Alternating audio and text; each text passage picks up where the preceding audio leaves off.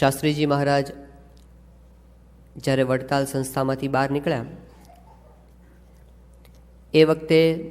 એ વખતના વડતાલ ટેમ્પલ કમિટીના ટ્રસ્ટી અને ગુજરાતના બહુ મોટા સાક્ષર એવા દોલતરામ કૃપાશંકર પંડ્યા, એમને મનમાં એક પ્રશ્ન હંમેશા રહ્યા કરતો કે શાસ્ત્રીજી મહારાજ શું કામ અહીંથી નીકળ્યા? કારણ કે એમને એટલી તો ખબર હતી કે આ સંત બહુ સારા છે, પણ આ સિદ્ધાંત છે એમને બરાબર સમજાયો નહોતો. એમને એટલી તો ખબર હતી કે આ સંત કાંઈ એમને એમ તો નીકળે નહીં, કંઈક કારણ હોવું જોઈએ. પણ ઘણા બધા વર્ષો સુધી શાસ્ત્રીજી મહારાજ સાથે એમની મુલાકાત નહોતી થઈ.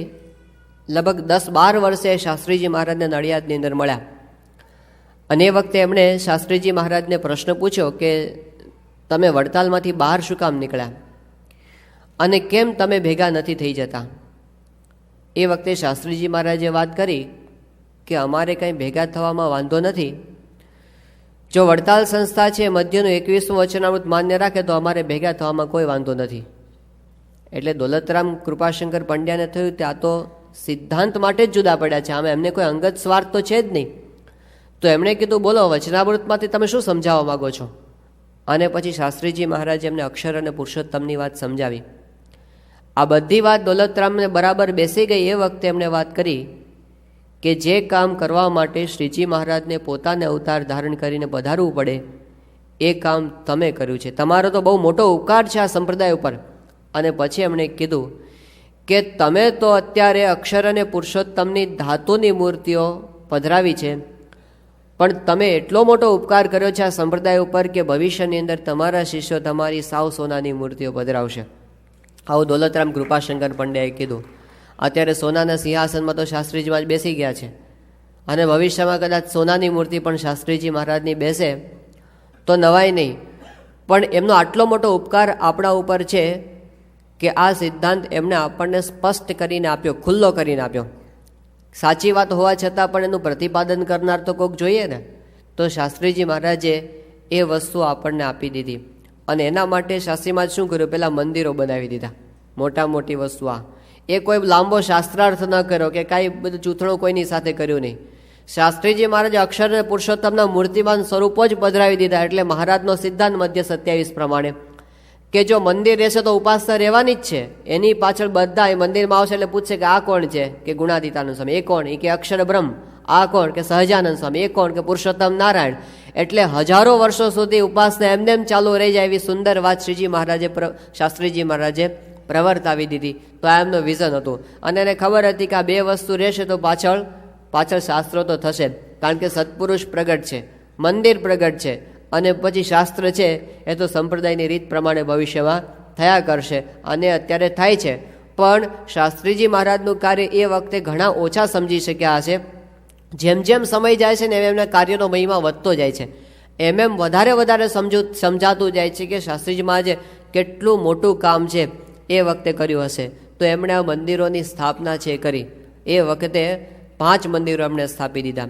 શ્રીજી મહારાજે પોતાના સમયની અંદર જે 6 મંદિરોની સ્થાપના કરી ત્યાર પછી શાસ્ત્રીજી મહારાજે પહેલું બોચાસણથી જે મંદિરોની સ્થાપનાની શરૂઆત કરી, વચ્ચે ઘણો લાંબો સમયગાળો છે, 70-80 વર્ષનો સમયગાળો. પણ મહારાજ પછી એવા ને એવા મંદિરો 70-80 વર્ષની અંદર બન્યા જ નથી. આપણને આશ્ચર્ય લાગે કે વચ્ચે સંપ્રદાયનો વિકાસ ઘણો બધો થયેલો અને ઘણો બધો વિસ્તાર થયેલો એ વખતે. પણ શ્રીજી મહારાજ પછી આટલા ભવ્ય અને આટલા દિવ્ય શિખરબદ્ધ મંદિરો શાસ્ત્રીમાં જે પાછા પહેલાં વહેલા સ્થાપ્યા, આ 5 મંદિરો જે થયા એ સંપ્રદાયનો ઇતિહાસ આપણને બતાવે છે. અને એ મંદિરો પણ કઈ પરિસ્થિતિની અંદર? તો સંતો આપણને કહે છે કે નહોતા નાણાં, નહોતા પાણા, નહોતા માણા અને હજી નહોતા દાણા. ચોથી વસ્તુ ખાવાનુંય નહીં. હવે એવી પરિસ્થિતિની અંદર આ મંદિરો થયા. નાણાં નહોતા એની વાત તો આપણે ગઈકાલે સાંભળેલી. આજ થોડી વાતો વિશેષ આપણે સાંભળીએ. યોગી બાપાના શબ્દોની અંદર યોગીજી મહારાજે એક પત્ર લખેલો છે ગોંડલથી મુંબઈ શાસ્ત્રીજી મહારાજને. અને એ પત્રની અંદર યોગીજી મહારાજ પોતે કહે છે શાસ્ત્રીજી મહારાજને કે આપણે ડાંગરા જ્યારે પારાયણ થઈ ત્યારે ભેગા થયા હતા અને એ પારાયણ જ્યારે થઈ ત્યારે ત્યાં વેરાવળથી એક વસ્તુ આવી હતી. શું આવી હતી સાંભળીએ આપણે. પૂજ્ય સ્વામી શાસ્ત્રીજી મહારાજ વિશેષ આપણે ડાંગરે પારાયણ કરતા હતા ત્યારે વેરાવળથી ₹1.25ની ટિકિટ આવેલી, ટપાલ ટિકિટ. તે આપની જોડીમાં જો હોય તો તપાસ કરી જોશો ને હોય તો ઉપયોગમાં લેશો. ₹1ની ટિકિટ હતી તથા બીજી 4 આનાની હતી. તો કવર ભેગું બધા કવર સાથે જોડીમાં મૂક્યું હતું. ₹1ની ટિકિટ, બીજી 4 આનાની ટિકિટ કવરમાં સાંધેલી છે. તો એ એંધાણી છે એમ અક્ષર સ્વરૂપદાસજી કહે છે. તો આ ટિકિટ છે ને પાછી મોકલજો, જે તે આવી ગયો ને તમારી પાસે. તો આ યોગીજી મહારાજ ₹1.25ની ટિકિટ, જો 10 લાખના મંદિરો શાસ્ત્રીજી મહારાજે શરૂ કરેલા છે એ વખતે જ્યારે ₹1.25ની ટપાલ ટિકિટનો પ્રશ્ન ઊભો થયો હોય. બીજો એક પત્ર નિર્ગુણદાસ સ્વામી પોતે લખે છે અને એ સારંગપુરથી હર્ષદભાઈ દવેને મુંબઈ લખે છે. અને એ પત્રની અંદર નિર્ગુણદાસ સ્વામી કહે છે હર્ષદભાઈ દવેને કે હું જ્યારે નિર્ગુણદાસ સ્વામી કહે છે, પરમ ભક્તરાજ શ્રીજી સ્વામીના લાડીલા હરિભક્ત શિરોમણી શ્રી હર્ષદભાઈ, સારંગપુરથી લિખિત નિર્ગુણદાસના જય શ્રી સ્વામિનારાયણ વાંચશો. વિશેષ મારી પેન બગડતા શાસ્ત્રી નારાયણ સ્વરૂપદાસજીની પેન માગીને ચલાવતો હતો. તે પણ સ્પ્રિંગ ભાંગી ગઈ. તે પણ સમી કરાવવા મોકલી છે. દરબારની આપેલી પેને લખતો હતો. લખાભાઈ, દરબારની આપેલી પેને લખતો હતો તે બોચાસરમાં કોઈ ઈરાદાપૂર્વક ઉપાડી ગયો. મહારાજની ઈચ્છા. તો હવે મારે પેન વગર ચાલતું નથી. સારંગપુરમાં ખડીયો કલમ પણ મળતા નથી. તો મહેરબાની કરી પેનો બંને સમી કરાવી સારંગપુર તરત મોકલશો. રજીસ્ટર કરી મોકલશો. એ જ રિપેર કરાવવા મોકલીશ. હા, કે 2 પેનો છે ને નવી મારે નથી જોતી, પણ જે છે ને એ રિપેર કરાવી અને બંને પેનો પાછી મોકલજો. બોલપેન પણ મુંબઈ રિપેર કરાવવી પડે, આવી પરિસ્થિતિ એ વખતે આ સંતોની હતી. અને એમાં નિર્ગુણદાસ સ્વામીએ લખ્યા છે ગુણાતીત જ્ઞાનની ભરી ભરી તેજસ્વીની. એ જે એમણે લખેલા છે પત્રો, બધા 28 મણ પત્રો એ વખતે એમણે લખેલા છે. આપણે તપાસ વિચાર કરીએ તો ખબર પડે. રાતોની રાતો ઉજાગરા કરી અને એમણે એ વખતે દાખલો કરેલો છે. તો આ એ વખતની પરિસ્થિતિ. એક પત્રની અંદર યોગીજી મહારાજ એ પોતે વાત કરે છે.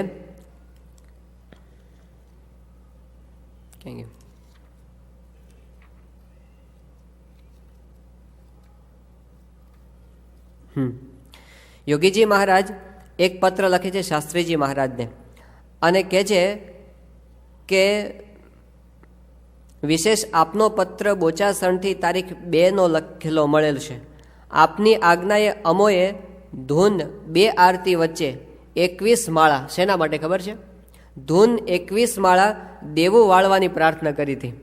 અમે તો આપના બળે જજુમીએ છીએ. ₹95 આણંદથી આવ્યા છે. 45 ભુલજીભાઈના, 50 કરસનભાઈના તે પગારમાં ચૂકવ્યા. કાલે મેવાસા જવું પડશે. કોઠારી ઘણા જ મૂંઝાણા છે. વેપારી જીવ ખાય છે. માટે આપને દ્રષ્ટિ કરવાની છે. આ દેવું વાળ્યા પછી આનંદ થશે, માટે દયા કરશો. પછી કહે છે કે વાલજી ડાયા ₹251 માગે છે. ઘી વાળો ₹100 માગે છે. ₹110 પથ્થરવાળો અત્રે આવ્યો હતો, એ પણ માગતો હતો. હવે બધા માગ જ કરે છે. આમાં યોગી બાપાની શું પરિસ્થિતિ થાય? અને પછી તો યોગીજી મહારાજ પોતે એક પત્ર બીજો લખેલો છે શાસ્ત્રીજી મહારાજને, અને એની અંદર લખે છે કોઠારી શ્રીજી સ્વરૂપદાસને. કહે છે જો અનાજની કેવી પરિસ્થિતિ છે કે કોઠારી શ્રીજી સ્વરૂપદાસજી, આપ પાસે કોઈ વખત માગણી કરી નથી, પણ અત્યારે પૈસાની તાણ પડી ને અનાજની તાણ પડી તો ખાસ આપને 2 કાગળોમાં લખ્યું. ઈશ્વરભાઈની સાથે કેવરાવ્યું. અગાઉ કેવરાવી તો દીધું છે પણ હજી એનો રિસ્પોન્સ મળ્યો નથી. એમ ઈશ્વરભાઈની સાથે કેવરાવ્યું. રામજી ભગતની સાથે પત્ર આપ્યો. તો હવે 20 મણ જીરાસણ ચોખા અત્રે સ્વામીના સ્થાનમાં સાક્ષાત મોકલશો એવી વિનંતી ધ્યાનમાં લેશોજી.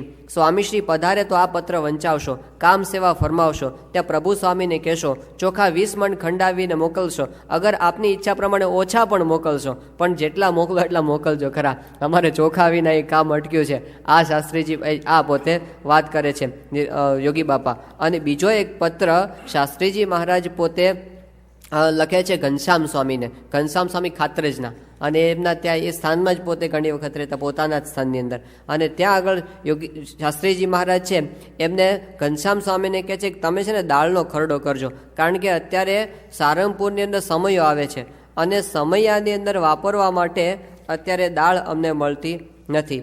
વિશેષ અત્યારે ચોખ્ખા દાળ બિલકુલ નથી. તો ખાતરજમાંથી દરેકને સમજ પાડી અને વહેલી તકે અત્રે 25-30 મણ મોકલો તો સારું. વિશેષ મહેમદાબાદમાં પણ જોડી માગશો. જોડીના ચોખા દાળ આપ સમજ પાડીને મોકલવા તજવીજ કરજો. અહીં ધર્મશાળાનું કામ ચાલે છે, કથા પારાયણ થશે. ચોખા દાળ બિલકુલ નથી, તે મગ લાવીને કામ કરીએ છીએ, પણ મહેમાનને મગની ખીચડી ન હોય.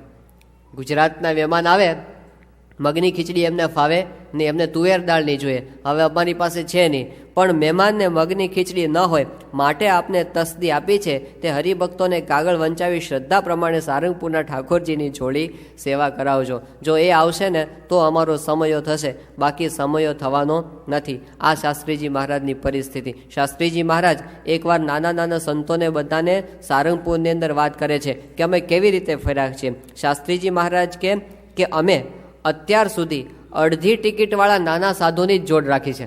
શાસ્ત્રી મહારાજ કાયમ અડધો સાધુ રાખતા, કારણ કે એ વખતે એવું નહોતો ને એમ કે 18 વર્ષનાને જ સાધુ કરે, એવું કંઈ નહીં. એ 10-11 વર્ષનું નાનો સાધુ હોય ને ભેગો ફેરવે. શું કામ?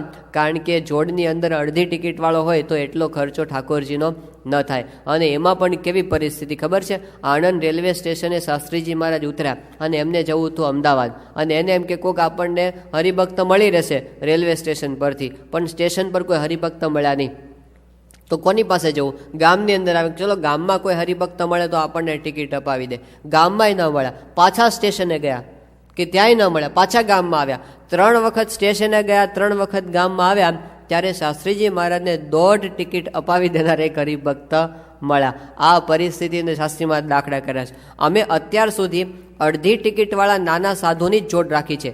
તેના પોટલા ઉંચક્યા છે. હવે નાનો સાધુ પોટલા ઉંચકી શકે નહીં, એટલે પોટલા પાસે શાસ્ત્રી મહારાજને તેના પોટલા ઉંચક્યા છે. તેની રસોઈ કરીને જમાડેલ છે. પૂછો વાસુદેવને, અક્ષર સ્વરૂપદાસને પૂછો, આ નીલકંઠને અને ગોપીનાથને પણ અનુભવ છે. આ બધું શાસ્ત્રીજી મહારાજ પોતે શાખ પૂરા પારે વાત કરે છે કે આવા સંજોગોની અંદર અમે આ વિચરણ કરેલું છે. અને એટલે એક પત્ર ચંપકલાલ શેઠ છે ને એ પોતે લખે છે યોગીજી મહારાજ પર, અને આ કાળજો હલાવી નાખે એવો પત્ર છે. આખો પત્ર તો આપણે પછીથી જોવાના છીએ, પણ જે પાછળનો ભાગ છે એની અંદર આ ચંપકલાલ શેઠ છે એ પોતે વાત કરે છે. સાંભળો, હું અમદાવાદની જમીન લેવાનો પ્રયાસ ચાલતો હતો અમદાવાદની અંદર, અને જમીનનો ભાવ છે ને ઘણો બધો મોંઘો પડતો હતો. થોડું આપણે વાંચીએ પહેલે એટલે ખ્યાલ આવશે. બીજું, અત્રે મંદિર કરવા જમીન માટે પ્રયાસ થાય છે. પરમ પૂજ્ય નંદા સાહેબ ધિયાને મળ્યા, શેઠ શ્રી બચુભાઈ શેઠ, મથુરદાસ વગેરેને મળ્યા, પરંતુ બજાર પ્રમાણે શેઠિયાની માગણી કાંઈ આપણે 45-50 રૂપિયા વારના ધારતા હતા, અને કેશવલાલ કારભારી પ્રથમ 80-85 રૂપિયાની વાત કરતા હતા. પૂજ્ય સ્વામીશ્રીને કરગરીને હા પડાવશું, પણ શેઠિયાઓનો જમીન માટેનો ભાવ રૂપિયા 145 થી 50 છે. સત્સંગ માટે લાગણી ખૂબ છે ને બહુ તો 10-15 ઓછા કરે, અને તો પણ 1.5 લાખથી લાખ ઓછા લેવાના થાય. એટલે આજુબાજુ જમીનો માટે તપાસ ચલાવીએ છીએ. હવે માલુમ પડે છે કે રૂપિયા 100 થી ઓછો ભાવ તો નહીં જ થાય. હઠીભાઈની વાડી સામે જહાગીર મિલના માલિક શેઠ શાંતિદાસ મંગળભાઈની જમીન છે, આશરે 18,000 વાર ને 1500 વારમાં સડક ઉપર 2 મજલાની ચાલી બાંધેલી છે. તે તેની આખી મિલકતના રૂપિયા 15 થી 16 લાખ લેવાના છે, ઓછા નહીં, ને તેમાંથી ઓછી જમીન આપે નહીં. આપણે આખી જમીન લઈને કકડે વેચીએ તો ફાયદો જરૂર થાય, પણ મોટી રકમનું અત્યારે રોકાણ કરવાનું તે પ્રશ્ન છે. હવે વાત કરે છે, સાંભળજો. આપ સંતો તો નિષ્કંચન છો. શાસ્ત્રીજી મહારાજને શું સ્વાર્થ, યોગી બાપાને શું સ્વાર્થ, હા, નિર્ગુંડા સ્વામી પાસે શું હતું? આપ સંતો તો નિષ્કંચન છો. 12 આના સિલક હોય ત્યારે 200 રૂપિયાનું દેવું હોય ને 1200ના કામ માથે ઉપાડેલા હોય, એવો વ્યવહાર હું આજે 8 વર્ષથી જોઉં છું. 12 આના સિલકમાં હોય ત્યારે 200 રૂપિયાનું દેવું હોય, અને માથે કામ કેટલાનું હોય? 1200 રૂપિયાનું કામ માથે ઉપાડેલું હોય. આવો વ્યવહાર હું છેલ્લા 8 વર્ષથી જોતો આવું છું. અલબત્ત એ ખરું કે આમ હોવા છતાં પરમ કૃપાળુ શાસ્ત્રીજી મહારાજે લક્ષ્મીની ખોટ જણાવવા દીધી નથી. ગમે તેમ કરીને ભગવાનનું કામ ભગવાન કરે છે, પણ કટોકટી કેવી આમ હલાવી દે ને, ગમે એવો માણસ હોય એની ધીરજ છે એ ખૂટી જાય. પણ આ ચંપકલાલ શેઠનું પોતાનું ઓબ્ઝર્વેશન, અને એ વાત સાચી છે. આવી પરિસ્થિતિ એ વખતની હતી, અને છતાં પણ એમાં શાસ્ત્રીજી મહારાજનું બળ પાછું એવું ને એવું, જરાય ઓછું નહીં. શાસ્ત્રીજી મહારાજ ક્યારેય મોડી વાત કરી જ નથી. એક પત્રની અંદર શ્રીજી સ્વરૂપદાસને શાસ્ત્રીજી મહારાજે પોતે લખેલું છે એ કે આપને અત્યારે તો તે વાતનો કે ભવિષ્યનો ખ્યાલ નહીં આવતો હોય, પણ મને તો ઇદમ દેખાય છે કે 2 દેશ કરતાં આપણી સંસ્થા વૃદ્ધિ પામે અને પ્રતિષ્ઠાને સંપત્તિમાં પણ વૃદ્ધિ થાય. એ વખતે મહારાજની સ્થાપેલી જે સંસ્થા હતી 2000 સાધુની આટલો મોટો, કોઈ એ વખતે કલ્પના ન કરી શકે. શાસ્ત્રી મહારાજ આ તો પેલું તલખરાની તાપણી જેવું બધાને લાગતું હતું કે હમણાં ઓલવાઈ જશે એની અંદર. તો એવા સંજોગોમાં શાસ્ત્રીજી મહારાજ પોતે બોલ્યા કે ભવિષ્યની અંદર 2 દેશ કરતાં આપણી સંસ્થા વૃદ્ધિ પામશે. અને આખા વિશ્વે આજે જોયું. હા, હકા બાપુ છે ને એ વખતે ત્યાં ગોંડલ મંદિરની અંદર જોગી મહારાજ હોય એ સવારના મહાપૂજા કરવા બેસે ને તે જોગી મહારાજની બાજુમાં બેસે. સ્વાર્થ શું ખબર છે? સવારમાં નાસ્તો મળે નહીં, પણ જો બાજુમાં બેસે અને મહાપૂજાના વાસણ ઉટકે ને તો 2 લાડુડી મળે પેલી પ્રસાદીની. એટલે બાજુમાં બેસે અને યોગીજી મહારાજ છે પછી મહાપૂજા પૂરી થાય પછી ધૂન કરે. અને ધૂન એમની બહુ લાંબી ચાલે. અને ધૂન છે નહીં કે સાધુ વધો, સાધુ વધો, સાધુ વધો. હવે એ વખતે હકા બાપુ વિચારે કે આ 5 સાધુ શાસ્ત્રીમાં જ પરાણે સમજાવીને ગોંડલ રાખીને ગયા છે. કારણ કે કાઠિયાવાડમાં ગુજરાતના સાધુને ફાવે નહીં. પરાણી રાખીને ગયા છે, એમાંથી 2 તો ભાગવાનું નામ કે મારે જતા રહેવું છે, એ રહેવું નથી. અને એક ગરડા છે એમાં કે સાધુ વધો, પછી કે રૂપિયા વધો, રૂપિયા વધો, રૂપિયા વધો. અને રૂપિયામાં આઠાને સિલકની અંદર દેખાતા હોય. અને ત્રીજું કેમ કે સત્સંગ વધો, સત્સંગ વધો, સત્સંગ વધો. સવારથી સાંજ સુધીમાં ખાલી 2 જ જણા દર્શન આવતા હોય ગોંડલ મંદિરે. અને એની અંદર આવી રીતે વાત કરે એમને કોઈ દિવસ સમજાય નહીં. એટલે પછી એ છે ને શાસ્ત્રી આખા બ્રહ્માંડમાં સત્સંગથી આવા સંકલ્પો બધા કરે યોગી બાપા. પછી શાસ્ત્રીજી મહારાજ જ્યારે આવે ને ત્યારે હકા બાપાએ ફરિયાદ કરી કે આ છે ને સ્વામી યોગી બાપા હાવ સંકલ્પો હવે એવા ઢંગધડા વગરના કરે છે તો મને બહુ ગુસ્સો આવે છે. અને એ કહે કે રૂપિયા વધો ને સાધુ વધો ને આમાં કંઈ મેળ પડે એવું લાગતું તો નથી. એટલે એ વખતે શાસ્ત્રીજી મહારાજ પોતે બોલેલા, એમણે કીધું હકાભાઈ આ જોગી મહારાજના બધા સંકલ્પો સત્ય થશે, આખા બ્રહ્માંડમાં સત્સંગ થશે ને તમે તમારી નજરે જોશો. આવું હકા બાપુને એમણે કીધેલું. હવે અત્યારે હકા બાપુ કે બધા ધામમાં જતા રહ્યા ને મને કેમ ધામમાં લઈ જતા નથી? એટલે વિવેક સાગર સ્વામી કે હજી તમને બતાવવાનું છે આખા બ્રહ્માંડમાં સત્સંગ થાય ને એ બધું, એ જ્યાં સુધી નહીં થાય ને ત્યાં સુધી તમને રાખશે અહીંયા આગળ. એટલે એ અકળાય પાછા કે મારા બધા મિત્રો છે એ જતા રહ્યા મને મૂકીને. પણ એ વસ્તુ હકીકત છે કે મોટા પુરુષના સંકલ્પો છે ક્યારેય મિથ્યા થતા નથી. આવા સંજોગોની અંદર પણ એમના જે સંકલ્પો છે એ બધા શુભ સંકલ્પો અને વિરાટ સંકલ્પો બધા. યોગીજી મહારાજ પોતે એકવાર બીમાર હતા અને બીમારીની અંદર પોતે જે શાસ્ત્રીજી મહારાજને પત્ર લખે છે, જો એ કહે છે કે હું હજી છાશ પર છું, રાત્રે ઊંઘ ઓછી આવે છે, મરડો 5 વાર થાય છે, પણ હવે આજકાલમાં છાશને ચોખા જમવાના થશે, અશક્તિ ઘણી છે, માંડ ઉઠાય છે, શરીરમાં અશક્તિ છે, વારંવાર મરડો થાય છે, છાશ ઉપર જીવે છે, હજી ચોખા લેતા થયા નથી. એવા સંજોગોમાં કહે છે શાસ્ત્રી મહારાજ કે અહોહો આપની આ સ્થાનમાં પૂરણ કૃપા છે. હવે પૂનમના સમયમાં 5 મિનિટ ધૂન એકી સાથે સૌ સંતો હરિભક્તો કરે ને ચાંદીનું સિંહાસન સાક્ષાત સ્થાનમાં અક્ષર પુરુષોત્તમનું થાય તે માટે ધૂન 5 મિનિટ કરવા માટે મારી વિનંતી છે. તો તાળી સાથે ધૂન કરાવજો. આ યોગી બાપા પોતે શાસ્ત્રીમાને કહે કે તમે ધૂન કરાવજો. આપણે ચાંદીનું સિંહાસન બીમારીમાં આપણને બીમારીમાં હાજા ક્યારે થઈ સિવાય કોઈ સંકલ્પ ના થાય બીજો, પણ એમને તો ભવ્ય સંકલ્પો બધા. એની અંદર પણ યોગી બાપાને ક્યારેય મોડી વાત નહીં. અને મોટામાં મોટી એ વખતની ખોટ હતી તો એક હતી એ હતી માણસોની ખોટ. કારણ કે આટલું મોટો વ્યવહાર શાસ્ત્રીજીમાં જે શરૂ કરેલો પણ પછી એ ચલાવે એવી રીતે સાધુ તો પાછા જોઈએ ને, એટલે સાધુ બહુ ઓછા અને એમાં પણ કેટલાક તો ઘરડા અને કેટલાક બીમાર. હવે એવી પરિસ્થિતિની અંદર સારંગપુરની અંદર જે હરિકૃષ્ણ સ્વામી હતા એ પોતે ત્યાંના કોઠારી હતા. એ કોઠારી છે ને થાકી ગયા બધું આ બધું કરીને કે આ તો મારાથી કાંઈ થાય. કારણ કે 3 પ્રવૃત્તિ, પોતાની કોઠારની પ્રવૃત્તિ તો ખરી પણ પાછું એને પૂજારીમાં જવું પડે, પાછું એને ભંડારીમાં જવું પડે. એટલે એમને શાસ્ત્રીજી મહારાજને એક કાગળ લખ્યો અને કીધું કે હવે તમે કૃપા કરીને 2 સાધુ ગમે ત્યાંથી લાવો તો સારું, મારાથી બધે મોરચે લડી શકાતું નથી. એટલે એના જવાબની અંદર શાસ્ત્રીજી મહારાજ પોતે કહે છે કે સ્વસ્તિ શ્રી સારંગપુર મહાશુભ સ્થાને પરમ ભગવદીય સંત શિરોમણી હરિકૃષ્ણદાસજી પ્રત્યે બોચાસણથી લિખિતન શાસ્ત્રી યજ્ઞ પુરુષદાસજીના જય શ્રી નારાયણ વાંચશો. વિશેષ આપનું પત્તું સાધુ 2 નથી તે ખબરનું મળ્યું છે. અત્રેથી એકાદ સાધુની ગોઠવણ થાય એમ છે. બાકી ગોંડલથી બાલકૃષ્ણ દાસને આપની મરજી હોય તો બોલાવી. હવે ઘરડા સાધુ બિચારા બેસી રહ્યા હશે, કોઈ કામ કરી શકે નહીં. એક જણને હું તેડીને ત્યાં આવીશ. આપ હરિકૃષ્ણદાસ સેવા કરેલા અનુભવી છો તો આપ હાલ સેવામાં મદદ કરશો. કોઠારનું કામ વહેલું મોડું કરશો પણ ઠાકોરજીની સેવાનું જરૂર કરશો. ગોંડલમાં બધાઓને તાવ આવ્યો છે ને પગથિયાનું કામ પૂરું કરવાનું હતું. હરજીવનદાસ, ગોપીનાથદાસ, બાલકરસનદાસ રાત દી કારખાનાનું કામ કરતા હતા. તે વખતે મેં જાતે ભંડાર કર્યો હતો તે સર્વે જાણે છે. તો સેવા કરવામાં આપણી શોભા છે. દેહ તો કૃતજ્ઞ છે. જેટલી કમાણી દેહથી કરીએ તેટલો આપણને હાથ દે છે તે બુદ્ધિનું કામ છે. વિશેષમાં હું અન્નકૂટ પર ત્યાં આવવા ધારું છું. શાસ્ત્રીમાં જે સમજણનો પત્ર લખી દીધો કે દેહ તો કૃતજ્ઞ છે અને આપણે એની પાસેથી કામ લેવાનું જ હોય એટલે એવો વિચાર કરવો નહીં. અને એક પત્રની અંદર યોગીજી મહારાજ બહુ અદ્ભુત વાત લખે છે શાસ્ત્રીજી મહારાજને. એ કહે છે કે ગોંડલની અંદર તો હમણાં બહુ આનંદ છે. કેમ આનંદ છે? કે રોજ સવારના પોરની અંદર એ કહે છે કે કથા વાર્તા થાય છે. અને વિશેષ કાલે 20 ક્યાં વાત કરી? હા, ગઈકાલે 20 સાધુ અહીં આગળ આવ્યા હતા. હા, બરાબર. અને પછી કાલે જગજીવનદાસ આવ્યા છે, મણિલાલ રકનપુરના આવ્યા છે. અને કહે છે કે 20 હરિભક્તો તો રોજ હોય અને સમય જેવું અમારે રહે છે. કાલે દેવચડીના હરિભક્તો આવવાના છે. 20 હરિભક્તો આવે તો શું કહેવાય?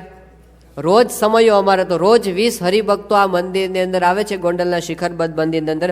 એટલે યોગી બાપા પોતે બહુ રાજી થતા હતા અને કહેતા હતા કે અમારે હમણાં તો અહીંયા આગળ સમય જેવું કાયમ રહે છે.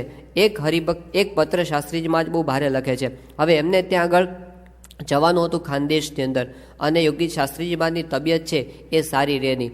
શાસ્ત્રીજી મહારાજનું આખું જીવન જ્યારે જોઈએ છે ત્યારે આપણને દેખાય છે કે દેહનો પીડો એમણે બહુ સહન કર્યો છે, સખત પીડો. અને એની અંદર આવી બીમારીઓ તો એમને પહેલેથી ભગતજી મહારાજના વખતથી એમની બીમારીઓ છે બધી ચાલુ થઈ ગઈ શરીરની અંદર, અને છતાં પણ પાછા પડ્યા નથી. શરીરની બીમારી છે ને માણસને ઢીલા કરી નાખે. આમ ગમે તેટલો ઉત્સાહ હોય પણ માંદો રહેતો હોય ને માણસ, એનો અડધો ઉત્સાહ એમાં ઓછો થઈ જાય. પણ શાસ્ત્રીજી મહારાજ પોતે આવી પરિસ્થિતિની અંદર પણ એનો ઉત્સાહ કેવો છે જો. શાસ્ત્રીમાં જ કહે છે કે ખાનદેશ જવાનો ખાસ મારો વિચાર છે, પણ અત્યારે ઉધરસનો ઉપાડો વધુ છે. અત્યારે ઉધરસનો ઉપાડો વધુ છે. વિરસદની મુસાફરીમાં આખી રાત ઊંઘ આવી નથી. અત્યારમાં વૈદ્ય હિંમતલાલને બોલાવ્યા છે. તેના કયા પ્રમાણે 15 દિવસ સ્ટેટમેન્ટ કરવું પડશે, એટલે કે ટ્રીટમેન્ટ કરવી પડશે. 15 દિવસ સ્ટેટમેન્ટ કરવું પડશે. જો મળશે તો ત્યાં જવા જેવું હશે તો ખાનદેશ જવા તૈયાર છું, ને ન મટે તો શ્રીજી સ્વામીની ઈચ્છા. જો આટલી તૈયારી છે. ન મટે તો શ્રીજી સ્વામીની ઈચ્છા, પણ હજુ કેટલીક સેવા અધૂરી છે જેથી બને તેટલી મટાડવાની ગણતરી રાખવી એમ ઈચ્છા મારી તથા બીજાઓની છે. અને પછી કહે છે જો ગરડા માટેનો સંઘર્ષ તો ચાલુ જ છે. ગરડા સંબંધી તો સ્વામી શ્રીજીની ઈચ્છા હશે તો તે જમીનનું ઠેકાણું પડશે, તો ગમે તેમ પુરુષ પ્રયત્ન કરીને કરવું પડશે. એટલે એ તો પાછું એમના મનમાં સતત વિચાર. 33 વર્ષ સુધી ગરડા મંદિરની જમીન માટે શાસ્ત્રીજીમાં જે શ્રદ્ધા રાખી છે. આમ કૃષ્ણકુમાર સિંહજી આમ લાલ લીટો મારી દીધો કે કોઈ દિવસ આ જમીન છે એ શાસ્ત્રી યજ્ઞ પુરુષ દાસને પ્રાપ્ત થાય નહીં. શાસ્ત્રીજીમાંના પ્રયત્નો છતાં પણ ક્યારેય બંધ થયા નથી. કે મહારાજનો સંકલ્પ છે ત્યાં કરવો છે. 79 વર્ષની ઉંમરે નિર્ગુંડા સ્વામી એક કાગળ લખે છે હર્ષદભાઈ દવેને, અને એમાં એવો રિપોર્ટ લખે છે કે શાસ્ત્રીજી મહારાજ કથા શરૂ કરે છે, રાતના 12 વાગે કથા શરૂ થાય છે અને 2 વાગે પૂરી થાય છે. રાતના 12 થી 2 વાગ્યા સુધી 79 વર્ષની ઉંમરે શાસ્ત્રીજી મહારાજ છે એ પોતે કથા વાર્તા કરતા. શાસ્ત્રીજી મહારાજ સારંગપુરની અંદર હતા, અને એ વખતે નિર્ગુંડા સ્વામી ત્યાં ખાનદેશ ગયા હતા. અને ત્યાંથી એમણે શાસ્ત્રીમાને પત્ર લખ્યો કે સ્વામી, અહીંના હરિભક્તોની બહુ ઈચ્છા છે કે તમે ખાસ એ લોકોને લાભ આપવા માટે પધારો. શાસ્ત્રીજી મહારાજને એ વખતે એક પગે વાહ હતો, જમણા પગે. એટલે પછી એમણે એ વખતે જવાય એવું તો હતું નહીં, પણ એમણે નક્કી કર્યું કે ના, આપણે જવું જ છે. એટલે એ પોતે નીકળ્યા સારંગપુરથી. જાળીલા રેલવે સ્ટેશન સુધી ડમણિયામાં બેસીને જવાનું, અને ત્યાંથી ટ્રેનમાં બેસી અને પછી અમદાવાદ અવાયને અમદાવાદથી પછી એમને ખાનદેશ સુધી ટ્રેનની અંદર જવાનું હોય. એટલે પોતે ત્યાંથી જમણા પગે વાહ હતો, એટલે બહુ ચલાય એમ હતું નહીં, પણ 2 સેવક સંતોનો ટેકો, એક નારાયણ સ્વરૂપદાસજી ને બીજા ચતુર્ભુજદાસજી, એ બંનેનો ટેકો લઈ અને શાસ્ત્રીજીમાં ગાડામાં બેઠા અને જ્યાં જાળીલા આવ્યા ત્યાં સુધીમાં તો એને બંને પગ જલાઈ ગયા. અને એ વખતે 1946ની સાલનો પ્રસંગ છે. 81 વર્ષે શાસ્ત્રીજી મહારાજની ઉંમર છે. જાળીલા રેલવે સ્ટેશન પરથી પોતે પત્ર લખે છે નિર્ગુંડા સ્વામીને. વિશેષ હમો તે તરફ ખાનદેશ આવવા સારું 5 જણ તૈયાર થઈને અમદાવાદ થઈને શુક્રવારે અટલાદરા જઈશું, પણ સ્વામી મહારાજની મરજી શું છે તે કળાતું નથી. આજ રાત્રે જમણા પગે આખામાં વા આવી ગયો છે. છતાં વિચાર ન બદલતા નીકળ્યા. વિચાર બદલ્યો નહીં એમણે કે નીકળવું તો છે જ, છતાં વિચાર ન બદલતા નીકળ્યા. પણ ડમણિયામાંથી ઉતરતા બિલકુલ ચલાયું નહીં. બીજા પગે પણ દર્દથી પીડા થતી હતી. ઊંચકીને માસ્તરના ઘરે લાવ્યા છે. 2 સેવકોએ આખા ઊંચકી લીધા એમને, અને હવે ગાડીમાં ઊંચકી બેસાડશે.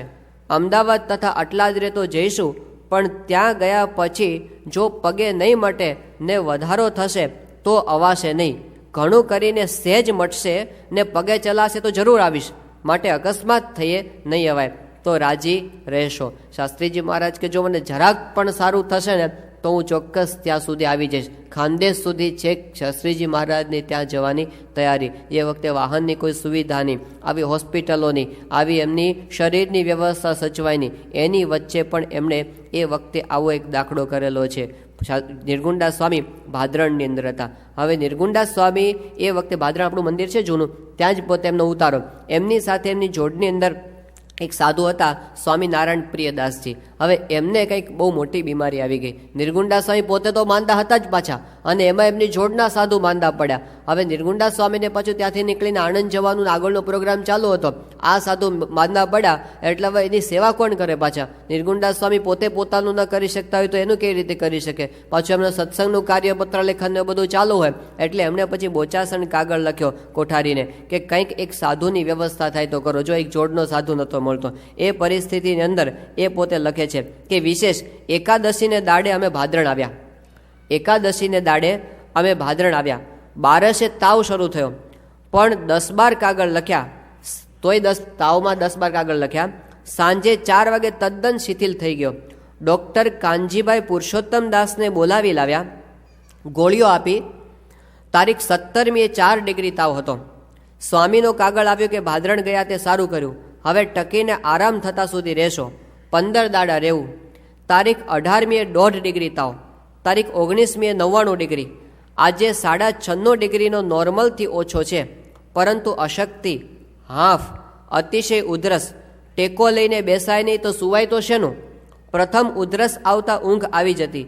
કાલે બીજે દાડે અને રાત્રે પણ ઊંઘ નથી આવી. 2 દિવસથી ઊંઘ નથી આવી. અફીણના દોડવાનો શેક ચાલે છે. એટલા માટે હરિભાઈને બોલાવ્યા હતા, પણ માસ્તરે કાગળ નહીં પહોંચાડ્યો હોય. પૂજ્ય શાસ્ત્રીજી મહારાજ અમદાવાદ પધાર્યા. હવે બીજી વાત કરે છે કે 3 દાડે આજે હું તાવમાંથી બેઠો થયો છું. અટલાદરેથી પ્રતાપને બોલાવ્યો હતો, તેને પણ તાવ આવે છે, માટે રાહા ભગતને મોકલ્યા છે. સ્વામી નારાયણ પ્રિયદાસજીને મેં પૂછ્યું, તમારે શું દર્દ છે? તો કહે, મને પેશાબ બંધ છે, 2 ટીપા થાય છે, અને 2 લોહીના પડે. 5-7 વખત ખાડે જવું પડે, રાતમાં જવું પડે. હવે રસોઈ કરવા બેસે નહીં, બેઠા બેઠા રસોઈ કરે વખતે ટીપા પડી જાય ને. કાનજીભાઈ ડૉક્ટર કહે એમને હોસ્પિટલમાં જવું પડશે. હું તો 4 દાડાથી અન્ન લેતો નથી. મોસંબીનો રસ ને સાબુદાણાની કાંજી પર નભ્યું છે, માટે બોચાસણથી ભગત જોડે તમે ભાદરણ આવો, અને 2:30ની ગાડીમાં નારાયણ પ્રિયદાસજીને બોચાસણ મોકલીશું. 8મે આણંદથી મોટર મગાવીને આણંદ સ્ટેશને શાસ્ત્રીજી મહારાજ ભેગા થઈશું, કારણ તમારે કથા કરવાની તે રહેવું પડે. તેમ છતાં તમારે આવવા રુચિ ન હોય તો ભંડારી કેશવજીવનદાસજી અગર કોઠારીના લાવેલા સાધુને મોકલશો. નારાયણ પ્રિયદાસજી આણંદ હોસ્પિટલમાં જશે. વાસુદેવ તથા ઘનશ્યામદાસજી સાથે ઈશ્વરભાઈના દવાખાને જશે. ત્યાં ડૉક્ટરની સલાહ લેશે. પણ દવા કાનજીભાઈ આપે છે, પણ દર્દ વધ્યું મટતું નથી. તેમને બોચાસણ લાવવા જ પડે એમ છે. જો કોઈ નહીં આવે તો હું બોચાસણ આવીશ, પણ તેમને લોહીના ટીપા પડે તે ઠાકોરજીનો થાળ કેમ થાય? જો કેટલી બીમારી! હવે આપણને થાય કે ભગવાન ભજે એટલે કોઈ દુઃખ આવવું જ ના જોઈએ. આ શેના માટે નીકળ્યા હતા? પોતાના માટે તો કોઈ ક્રિયા છે જ નહીં આ સંતોની. શાસ્ત્રીજી મહારાજ, યોગીજી મહારાજ, નિર્ગુણદાસ સ્વામી પોતાના શરીર માટે, પોતાના સુખ માટે એક ક્રિયા નથી. તમામ જીવન એમણે ભગવાનને અર્પણ કરી દીધું છે, છતાં આટલા કષ્ટો આવે છે. માણસની ધીરજ રહે કે જવા દો, મૂકો પડતું બધું. આટલું કર્યા પછી પણ પછી ઉત્સાહ શેનો રહે ક્રિયા કરવાનો? તો એવા સંજોગોની અંદર પણ ગઈકાલે આપણે જે ભજન સાંભળેલું, જે દુઃખ થાય તે થાજો રે રૂડા, સ્વામીને ભજતા, અને છતાં પણ પોતાના શરીરે સારું થાય એવી પ્રાર્થના તો આ સંતોએ કોઈ કરી જ નથી. યોગી બાપાએ ક્યારે શાસ્ત્રીજી મહારાજને એવી પ્રાર્થના કરી નથી કે મને શરીરે મટી જાય. યોગી બાપાની પ્રાર્થનામાં તો શું આવે? હે શાસ્ત્રીજી મહારાજ, તમારી કસનીમાં હંમેશા રહેવાય. શરૂઆત આવી રીતે કરે છે. તો આ કયા પેરેડાઇમ્સ હશે? કયા દ્રષ્ટિકોણથી સત્સંગને જોતા હશે, ભક્તિની કઈ કક્ષાએ એ લોકો બિરાજમાન હશે, નિષ્કામપણાની કઈ સ્થિતિ એ લોકોએ પ્રાપ્ત કરી હશે, આપણને ખ્યાલ આવે. તો નિર્ગુણદાસ સ્વામી પોતે આવા સંજોગોની અંદર શ્રીજી મહારાજને માટે, સ્વામીને માટે વફાદાર રહી અને પોતે મંડ્યા છે. એ નિર્ગુણદાસ સ્વામી પોતે બીજો એક પત્ર લખે છે શાસ્ત્રીજી મહારાજને. શાસ્ત્રીજી મહારાજને કહે છે કે આપે મને આજ્ઞા કરેલી કે વિરોજા તમારે મંદિરનું કામ ચાલતું હતું, એટલે એના માટે તે સૂચના આપવા માટે જવાનું હતું. પણ એની અંદર કેવું થયું કે પોતે ત્યાં ગયા તો ખરા, પણ વાહનની કોઈ એ વખતની વ્યવસ્થા નહીં, અને વાહન વગર કેવી ઉપાધિ થતી જો આપણે વાંચશું ત્યારે ખબર પડશે. નડિયાદથી તારીખ 25મીએ 12 હું મહા મુશ્કેલીએ માતર આવ્યો, તો તારાપુરની મોટરનું ઠેકાણું નહીં. મોટર એટલે શું? આપણી મોટરની બસ એસટીની બસ. તારાપુરની બસનું ઠેકાણું નહીં. 10 વાગે ખાનગી બસ આવી, પણ તારાપુર જતી બસને અકસ્માત થવાથી 2 માણસ મરી ગયા ને કોઈના હાથ પગ ભાંગ્યા, તેને લેવા બસ ગઈ. તે કોઈ પેસેન્જરને બેસવા દીધા નહીં. બેઠા હોત તો પુના જ પહોંચાત. લીંબાસી આગળ અકસ્માત થયો હતો. આખરે હેરાનગતિ થઈ. પગે મટ્યું નથી. 3 આંગળીને સોજો છે એમને પગે, નિર્ગુણદાસ સ્વામીને. છતાં ન ઉપાયે ચાલતા પોટલા ઉંચકીને ત્રાજ બપોરે 12 વાગે પહોંચ્યા. પછી મોતીબાઈએ વાહન માટે તજવીજ કરી. કાંઈ પત્તો લાગ્યો નહીં. મારાથી પગ મંડાય નહીં. એમણે પોતાની ઘોડી આપી. તે લઈને હું તથા કેશવદાસ પૂના જ ગયા. સાથે ત્રીજો માણસ હોય તો પોટલું ઉચકવા પણ લાગે, પણ કોઈ ત્રીજું સાથે હતું નહીં. 1 વાગે પહોંચ્યા ને ખીચડી ખરી અને જમીને 5 વાગે ડમણીયું જોડીને લીંબાસી ગયા. મણિભાઈ નડિયાદ ગયા હતા, ન મળ્યા. ટપાલનો કાગળો લઈ અને વિરોજા ગયા. હવે પછી વિરોજાજીને કેવી મુશ્કેલી થઈ એની તો આખી લાંબી કથા છે આગળ. પણ નિર્ગુણદાસ સ્વામી છે, શાસ્ત્રીજીમાં જ કીધું તમારે ત્યાં જવાનું છે, દુખતા પગે પોતે નીકળી ગયા કે એમણે કીધું એટલે જવાનું. બીજો એક પત્ર છે એ નિર્ગુણદાસ સ્વામી આફ્રિકાના હરિભક્તોને જૂનો રિપોર્ટ યાદ કરીને કહે છે કે વઢવાણની અંદર શાસ્ત્રીમાં જ પધારેલા અને વઢવાણથી પછી એમને મૂળી જવાનું હતું. એ વખતે શાસ્ત્રીજી મહારાજની સાથે યોગીજી મહારાજ હતા, નિર્ગુણદાસ સ્વામી હતા અને સનાતન સ્વામી હતા અને શાસ્ત્રી નારાયણ સ્વરૂપદાસજી પણ હતા. આ 5 સંતો અને એક યુવક હતો કિશોર, 14 વર્ષની ઉંમરનો, પ્રેમશંકર એનું નામ.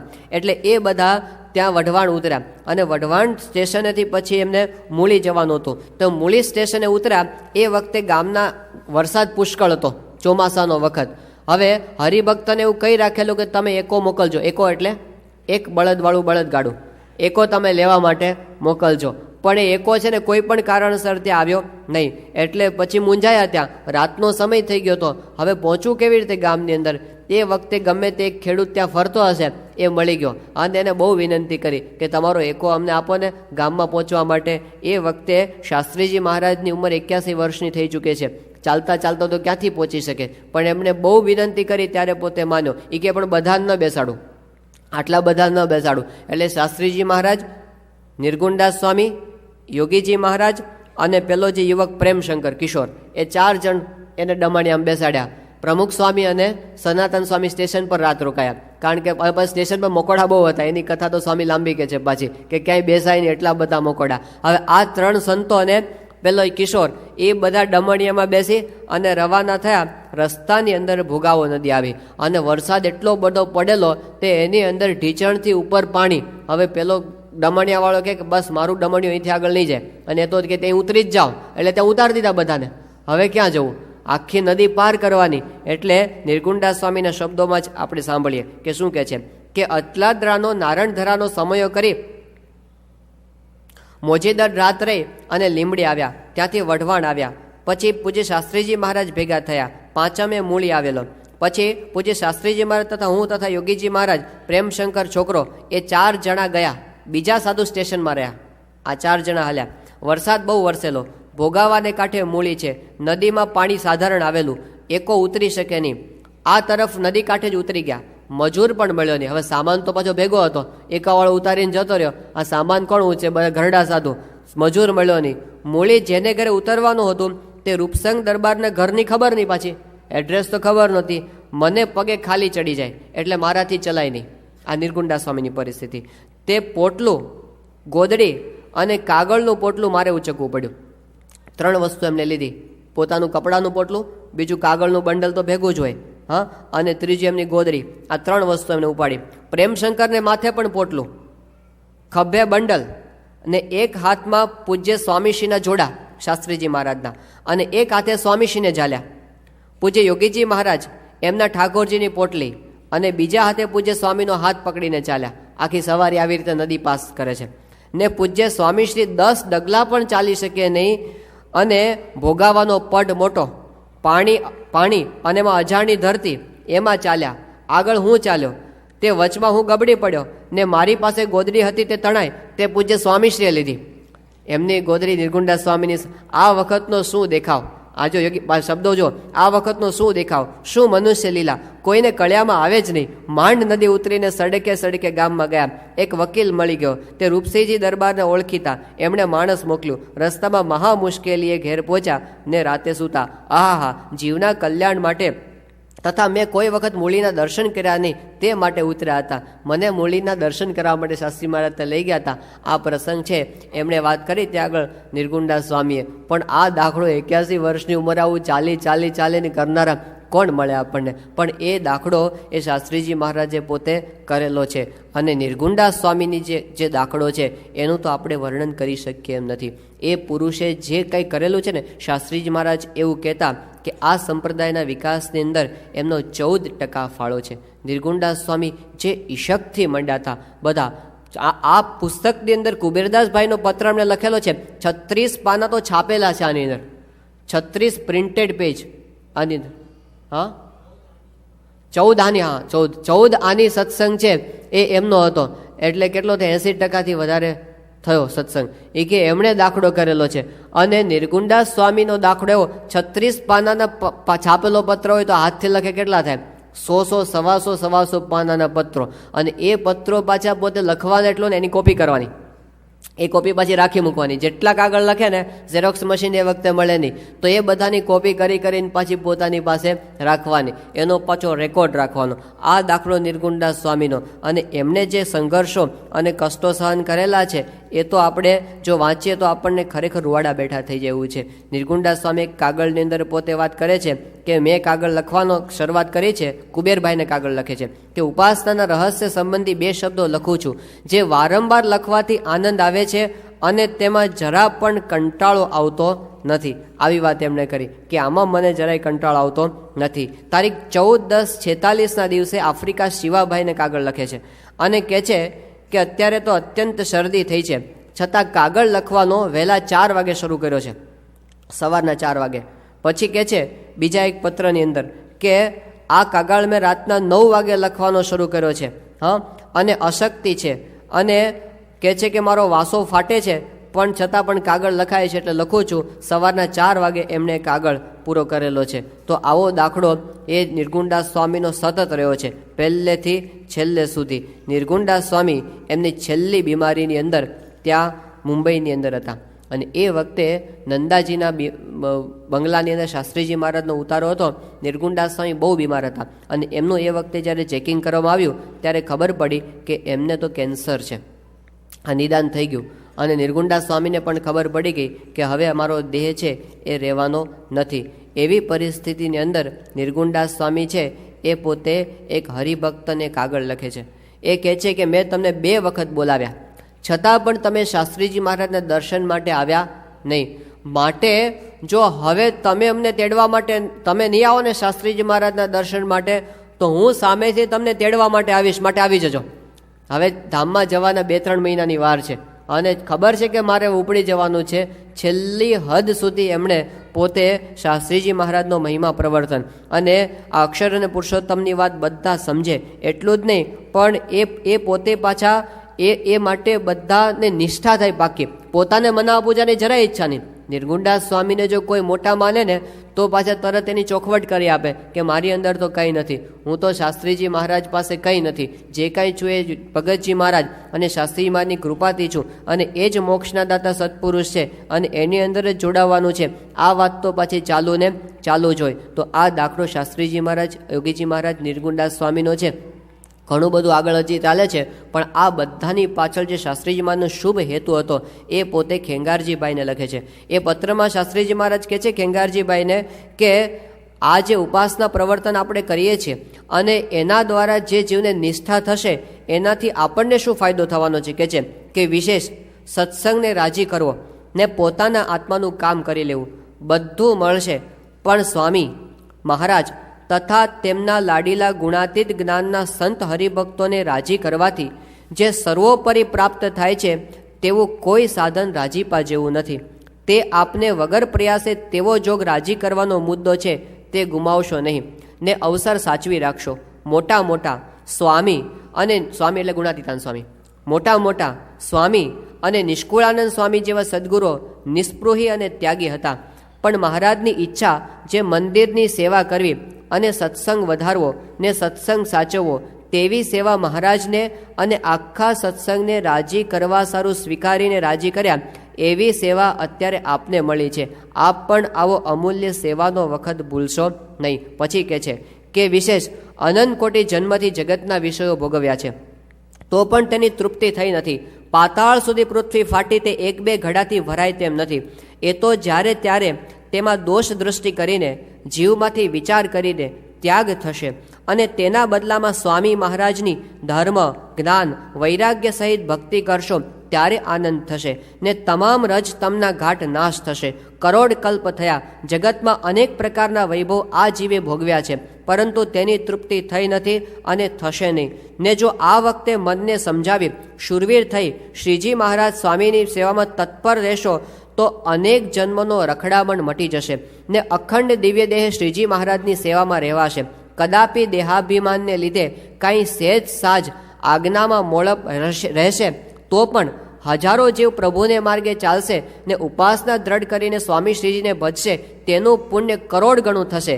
જેથી શ્રી સ્વામી આપને દેહના સ્વભાવ સામું ન જોતા અતિશય સેવાને રાજીપાથી ભ્રમરૂપ કરીને પોતાના ધામમાં લઈ જશે ને દુનિયામાં પ્રતિષ્ઠા અને આબરૂમાં વધારો થશે ને અંતઃકરણમાં સુખ રહેશે.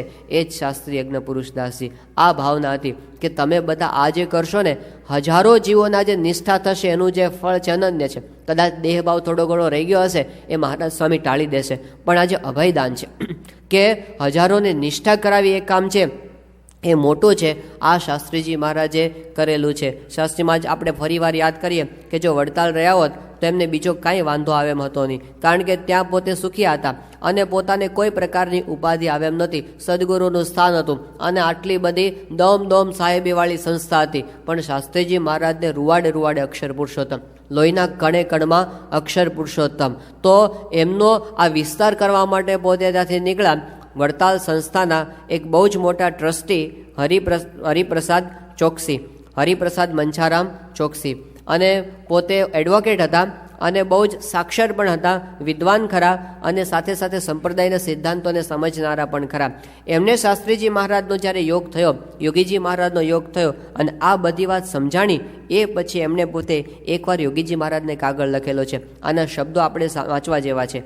એ લખે છે કે આ વખત શાસ્ત્રીજી મહારાજના યોગમાં કથા વાર્તાનું ઘણું સુખ આવ્યું અને હૈયું ટાઢું પડ્યું.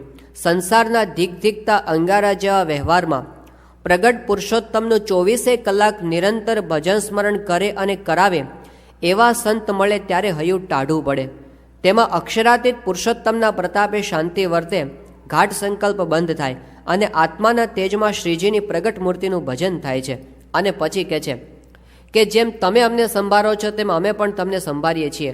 ફક્ત દુઃખ એક જ થાય છે, ફક્ત દુઃખ એક જ થાય છે શ્રીજીએ સ્થાપેલ મર્યાદામાંથી તમારે બહાર નોખા રહેવું પડે છે. અને શ્રી લક્ષ્મીનારાયણ દેવના દેશના લક્ષાવધિ સત્સંગી જનને જે લાભ મળવો જોઈએ તે મળતો નથી. એ સ્થિતિ કોઈ પણ પ્રકારે સુધરે તો સુધારવી જોઈએ. આવી મહાન વ્યક્તિ, શાસ્ત્રીજી મહારાજ કહે છે એવી એના માટે કહે છે કે આવી મહાન વ્યક્તિ તો વડતાલની સભામાં શોભે, એનું સ્થાન તો આચાર્યશ્રીના જમણે હાથે હોય. એ મહત પુરુષ શ્રી લક્ષ્મીનારાયણ દેવના દેશમાં અગ્રણી હોય. આ ભાવના મારા હૃદયને ઘણું મૂંઝવે છે. અક્ષર પુરુષોત્તમની ઉપાસના એ નવો પંથ નથી. એ વસ્તુ શ્રીજીની બાંધેલ મર્યાદાની બહારની નથી. એમાં પુરુષોત્તમની જ ઉપાસના છે. એ ઉપાસના ગૌણ કરીને અક્ષરની ઉપાસના યોજાઈ નથી વગેરેનું જાહેરમાં સમર્થન કરી પ્રતિપાદન કરવાની ઘણી જરૂર છે. આચાર્યશ્રી સાથે તથા વડતાલ દેશના અગ્રણી સંત હરિભક્તની સાથે ચર્ચાની પણ જરૂર છે. તો આટલા મોટા વિદ્વાન પુરુષો પણ આ માનતા હતા, પણ કોઈ પણ કારણોસર મહારાજની ઈચ્છાથી એ કાર્ય ન થયું. એમનું કંઈક વિશેષ સારી કરવાની ઈચ્છા હશે એટલે પછી સમાધાન છે એ થઈ શક્યું નહીં. પણ શાસ્ત્રીજી મહારાજે આવો શુદ્ધ ઉપાસનાનો જે માર્ગ પ્રવર્તાવ્યો અને એની અંદર એમને આવા સમર્થ પુરુષો એમની સાથે પ્રાપ્ત થયા. નિર્ગુણદાસ સ્વામીના જીવનની અંદર એક બહુ મોટી વિલક્ષણ પરિસ્થિતિ આપણને જોવા મળતી હોય તો એ છે કે શાસ્ત્રીજી મહારાજે પાછું એમને કાંઈ બહુ માન સન્માન આપેલું નથી. એ શાસ્ત્રીજી મહારાજની સાથે નિર્ગુણદાસ સ્વામી નીકળેલા છે તો ઘણી વખત તો નિર્ગુણદાસ સ્વામીને શાસ્ત્રીમાં હળધોત કરી નાખે. હવે એ તો ગુરુભાઈ કહેવાય ને. નિર્ગુણદાસ સ્વામી કોના શિષ્ય હતા? એ તો ભગતજી મહારાજને શિષ્ય. શાસ્ત્રીજી મહારાજને ગુરુભાઈ કહેવાય, પણ એમને કોઈ દિવસ શાસ્ત્રીજી મહારાજની સાથે બરોબરીયાપણું કર્યું નથી. એમના પોતે દાસ થઈને પોતે વર્ત્યા. આટલી ખુમારી સત્સંગની અંદર આટલી એમની પ્રવૃત્તિ કરે છતાં પોતાનો હક દાવો એમણે કોઈ દાડો માંડ્યો નથી કે મારા માટે આટલું થવું છે. નિર્ગુણદાસ સ્વામી ભગતજી મહારાજ જેવો જ એમને શાસ્ત્રીજી મહારાજનો પોતે મહિમા સમજ્યા છે એ એમના પત્રોની અંદર દેખાય. એ પોતે એક પત્રની અંદર પોતે લખે છે અમને કુબેરભાઈને. એ કહે છે કે જે સત્પુરુષનો સંબંધ આપણે થયો છે એવા જે શાસ્ત્રીજી મહારાજ, તેમનો મારે 22 વર્ષથી પ્રસંગ છે. તે તમામ પ્રકારના ગુણ તથા સ્વભાવ, ઐશ્વર્ય, પ્રતાપ, વૃત્તાંતથી માહિતગાર છું. તો મારી બુદ્ધિ અનુસારે કહીશ. એમાં જો હું જરા વધારે ઘટાડી કહું તો મારું કોટિકલ્પે કલ્યાણ થાય નહીં. આ પ્રતીતિ સાથે પોતે વાત કરે છે કે હું તો પ્રથમથી જ રજોગુણી તમોગુણી પ્રકૃતિવાળો, બહાર દ્રષ્ટિવાળો ને કારભારમાં નવરો ન થાવ. પણ પ્રભુદાસના સંગે ભગતજી મહારાજ ઓળખાણા અને રંગડાની રેલ વળી. તે અત્યારે આનંદના સમુદ્રમાં ઝૂલો છું. હું તો એક આનો પણ મહિમા સમજ્યો નથી. કારણ અધ્ધર વચન ઝીલનારા પુરુષોત્તમ ચરણદાસ મોટા, મણિભાઈ, આશાભાઈ, ઈશ્વરભાઈ, મોતીભાઈ, હિંમતલાલ તથા ધોંડો માસ્તર જેવો મહિમા છે સમજે છે તેવો શાસ્ત્રીજી મહારાજનો મહિમા મને સમજાયો નથી. પછી કહે છે કે આ પત્ર સૌના નામથી લખી જણાવ્યો છે તો સૌ મંડળી એકત્ર થઈને વખત લાવી વાંચશો, કંટાળશો નહીં. આટલો દાખલો કરીને લખનાર બીજો પુરુષ નહીં મળે. પાછા પોતાની વાત કરે છે નિર્ગુણદાસ સ્વામી કે આટલો દાખલો તમારા માટે કોણ કરે. પછી કહે છે કે આ તો આ શાળામાં જ છે. તો સર્વે સજ્જ થઈને સર્વને ઉપયોગી થઈ પડે ને લાભ થાય તેના બદલામાં મારી ઉપર રાજી થશો, જેથી મારામાં રહેલા આંતરિક દોષો નિવૃત્તિ પામી જાય. કારણ આપ સર્વે મુક્ત મંડળ રાજી થાવ એટલે શાસ્ત્રીજી મહારાજ રાજી થાય. એવો કેટલો શુદ્ધ ભાવ છે. આ ભાવથી નિર્ગુણદાસ સ્વામી લખે છે. અને પછી કહે છે કે છેવટે કહું છું કે થોડા વખતમાં નિંદા કરનાર પણ આ જ્ઞાનને કબૂલ કરી નમતા આવશે ને સૌ પગે લાગશે ને સાચે દેવાળે ઘંટ વાગશે. કારણ આપણે કોઈ દિવસ માથું કાપનારો પણ ત્રિકાળમાં અવગુણ છે જ નહીં. કેટલી શુદ્ધ ભાવના. આપણું માથું કાપી નાખે ને નિર્ગુણદાસ સ્વામી કે આપણેનો ત્રિકાળમાં અવગુણ નથી. તો શેના માટે કરતા હતા? સાચી વાત છે એને જગતને જણાવવા માટે. બીજો એના અંતરમાં કોઈ જ નહીં. અને પછી હરિભક્તોની નામાવલી લખે છે. 15 પાના ભરીને હરિભક્તોની નામાવલી લખે છે કે આટલા આટલા હરિભક્તો અક્ષર પુરુષોત્તમની નિષ્ઠાવાળા થયા છે. હવે કેટલો એમને મહિમા હશે. અને એક એક ગામના કેટલા હરિભક્તો એમને પોતાના આ બધું ડેટામાં ફિક્સ કર્યા હશે ને બધા એક એકના નામ લખીને પછી કહે છે. અને પછી એક જાહેર નિવેદનની અંદર નિર્ગુણદાસ સ્વામી પોતે લખે છે કે આ સારંગપુરની અંદર વૈશાખ મહિનામાં મૂર્તિઓ પધરાવવાની છે તો આ વખતે લાભ ચૂકશો નહીં. આ બાબતમાં કોઈ પક્ષાપક્ષીમાં ઉતરવું નહીં. કારણ અમે કોઈ પક્ષાપક્ષીથી અગર કોઈને દબાવવા, અગર અભિમાને કરીને કરતા હોઈએ, અગર કોઈને પાછા પડવા કરતા હોઈએ તો કોટાન કોટી પરમહંસને માર્યાનું પાપ છે. વળી અમારે ખુદ સ્વામિનારાયણ ભગવાન છે, બીજા કોઈની ઉપાસના તો પણ ઉપર પ્રમાણે સોગંદ છે. આ સોગંદ ખાઈને નિર્ગુણદાસ સ્વામી કહે છે કે અમારે કોઈ સ્વાર્થ નથી, અમારે કાંઈ મોટા થવું નથી, અમારે કાંઈ પક્ષાપક્ષી કરવી નથી, અમારે બરોબરિયાપણું કરવું નથી. બસ મહારાજને સ્વામીની શુદ્ધ ઉપાસના છે એની વાત કરવાની છે. તો આ નિર્ગુણદાસ સ્વામી હતા એ પોતે આટલા શુદ્ધ ભાવ સાથે પોતે મંડેલા અને એ વાત એમણે પોતે કરેલી. તો કહેવાનો મતલબ એ છે કે આ પુરુષો પોતે નિસ્વાર્થ ભાવે સાચી વાત લઈને નીકળેલા એટલે એમના અંતરની અંદર બીજો કોઈ ભાવ નહોતો. નિર્ગુણદાસ સ્વામી છે એક પત્રની અંદર નંદા સાહેબને લખે છે. આ સમજવા જેવું છે. નિર્ગુણદાસ સ્વામી શાસ્ત્રીજી મહારાજને કેવા જોયેલા આપણને ખ્યાલ આવે. એ કહે છે કે મારો 54 વર્ષનો અનુભવ ને વડતાલથી બહાર નીકળ્યા પછી 43 વર્ષનો અનુભવ, નજરે હજારો પરચા જોયા. સ્વામિનારાયણના એક સાધુ એટલે કે શાસ્ત્રીજી મહારાજ, સ્વામિનારાયણના એક સાધુ, તેની પાસે એક પાય નહીં. તે બહાર નીકળી હજારો પ્રકારના માન અપમાન તથા સુખ દુઃખ વેઠી હજારોને સત્સંગી કર્યા શું એમની છાતી ને શું એમની હિંમત, બડા પ્રતાપી.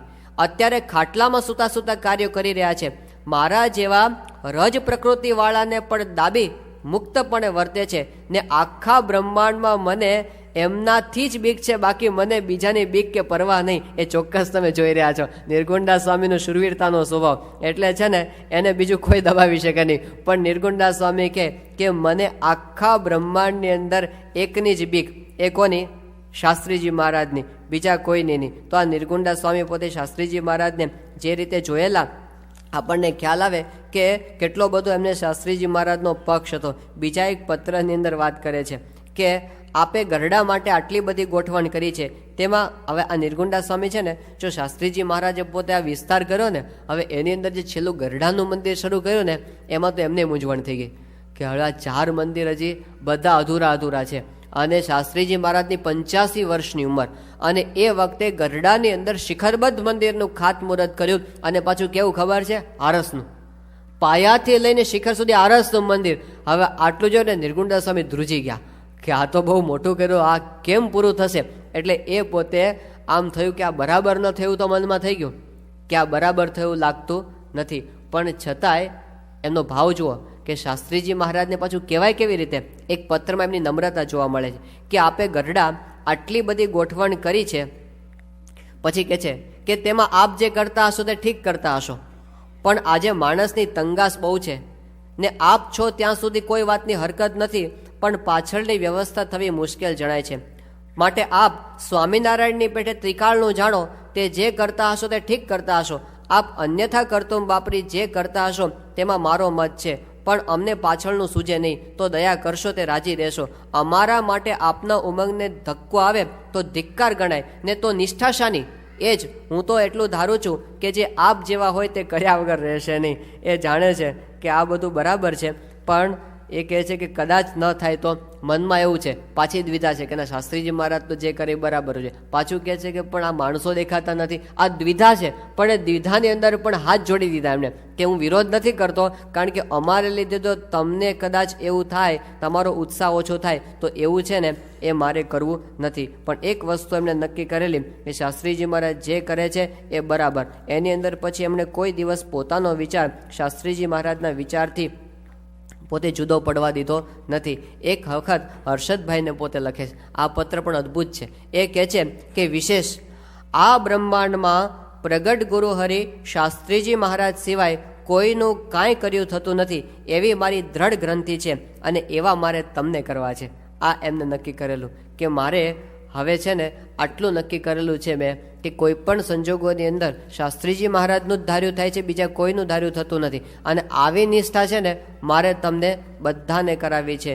તો નિર્ગુણદાસ સ્વામી હતા, પોતે એક જ વસ્તુ લઈને નીકળેલા, પોતાનો કોઈ સ્વાર્થ નહોતો, પણ શાસ્ત્રીજી મહારાજ છે એમનું પ્રવર્તન થાય એ સિવાય એમને બીજો કોઈ સ્વાર્થ હતો નહીં. એક પત્ર છે એ પોતે નિર્ગુણદાસ સ્વામી પોતે લખે છે, એની અંદર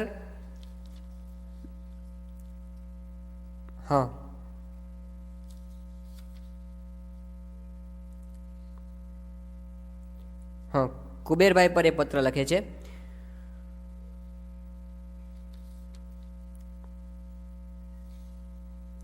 ના, એ નથી. શાસ્ત્રીજી મહારાજ નિર્ગુણદાસ સ્વામીનો મહિમા લખે છે આફ્રિકા હરિ